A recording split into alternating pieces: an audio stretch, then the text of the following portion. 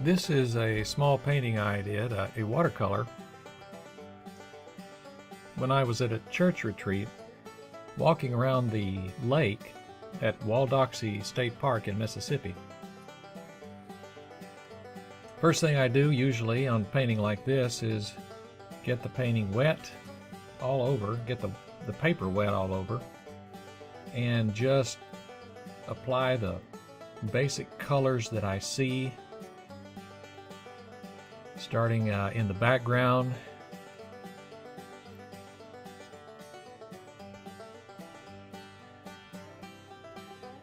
It's a good way to start a painting, a watercolor painting, to just break through the hesitation and the fear of you usually have when you're looking at a white piece of paper.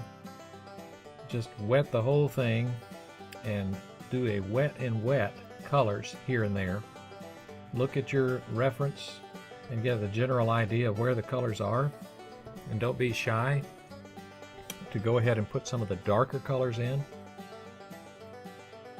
Also, you can control, depending on how wet the paper is and how wet your brush is, basically where the colors go and where they're going to stay. They will have soft edges. You see in this dark color I'm putting there now, the brush was kind of dry and the color basically stays where you put it. So a dry brush with color on it, with dry color, will, even though the paper is wet, will stay where you put it and still have a soft, nice, soft edge. So I'm basically putting in the colors where I see them, and as the paper dries, I think about my next step, and I will refine the details as I go through this.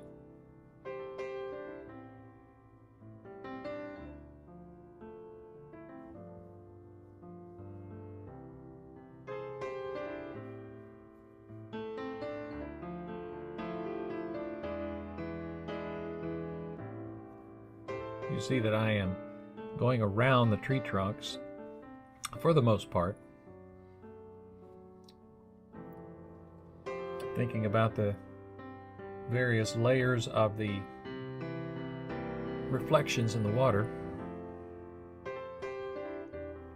Here I'm adding some green where I see some green grass in the foreground, and that's going to kind of fade into the background. It looks pretty opaque right now, but it won't stay that way. These tree trunks, they're cypress trees. It's kind of a swampy area, and they have lots of moss colors on them. Green and blue, all kinds of colors. If you look for the different colors, you'll see them, and you emphasize those, and sometimes you exaggerate them. It just gives more interest to the painting.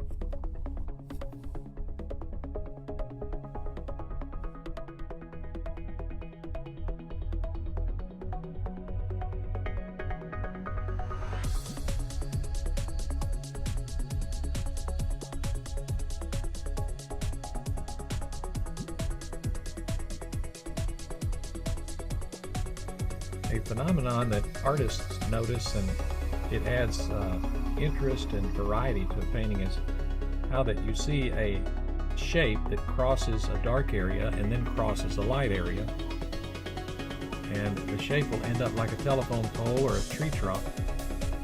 As it crosses the light area, it will look dark, and as it crosses the dark area, it will look light. Next time you go outside, look up at a telephone pole that is both silhouetted against a dark area and silhouetted against a light area, and you'll see how it changes like that. And artists try to emphasize that. It adds variety and interest to a painting and to a drawing.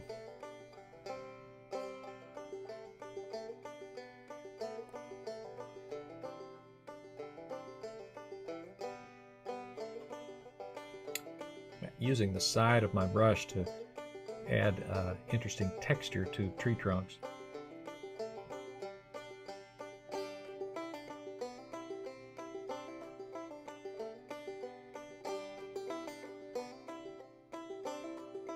The brush I'm using here is called a liner brush or sometimes a rigger brush.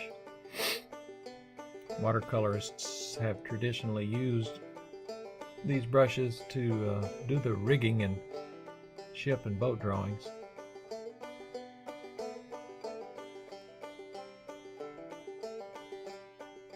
They're good for fine lines, twigs and trees, and fine details.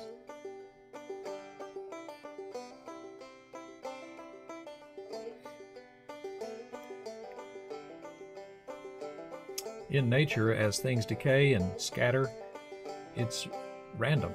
And if you move your hand as you're painting and drawing in a random manner, you can reproduce a convincing illusion of foreground detail, which is what I'm attempting to do here.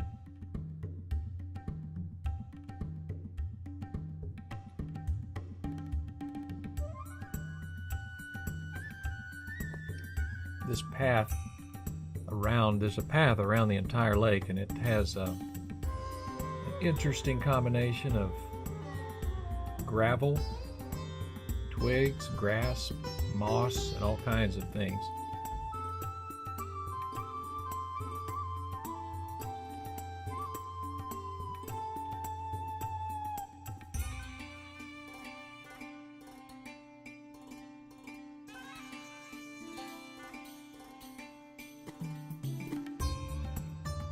There is an early morning, the walk I took that morning was an early morning walk, and you see the sun kind of coming up and touching the tops of the trees in the distance. And there is an early morning type mist coming over the water. I'm going to try to reproduce that also.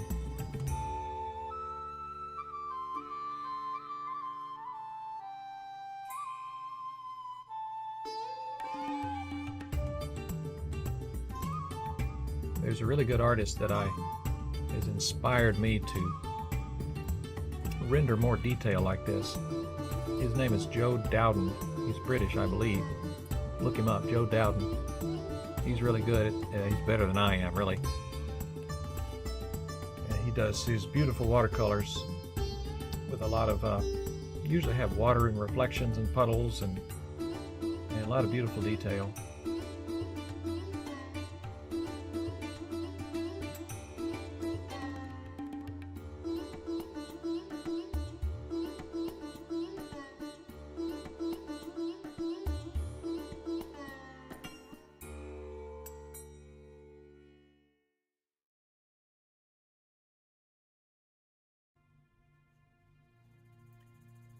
You'll see in a minute I'm going to come back with some opaque watercolor, otherwise called gouache, to get some of the more tree trunks that are light against dark.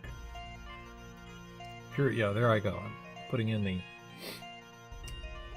lighter trunks against a darker background with the opaque white gouache mixed with other watercolor.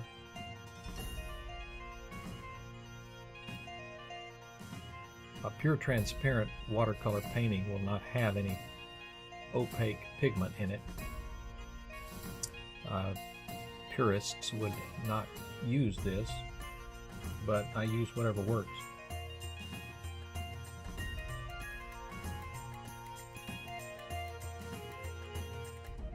There are other ways to get these effects, but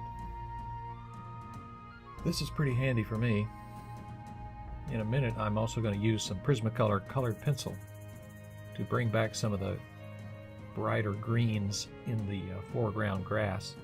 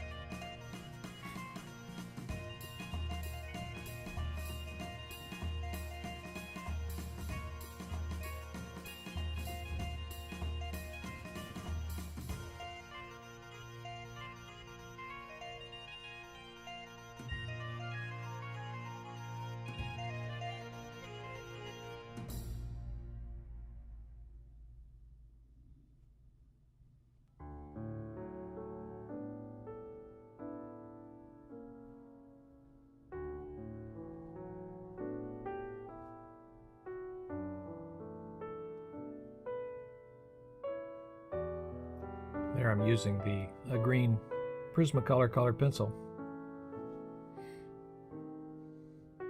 I think in a minute here I'm going to use the red also, because I noticed my reference had a lot of reddish grasses and moss.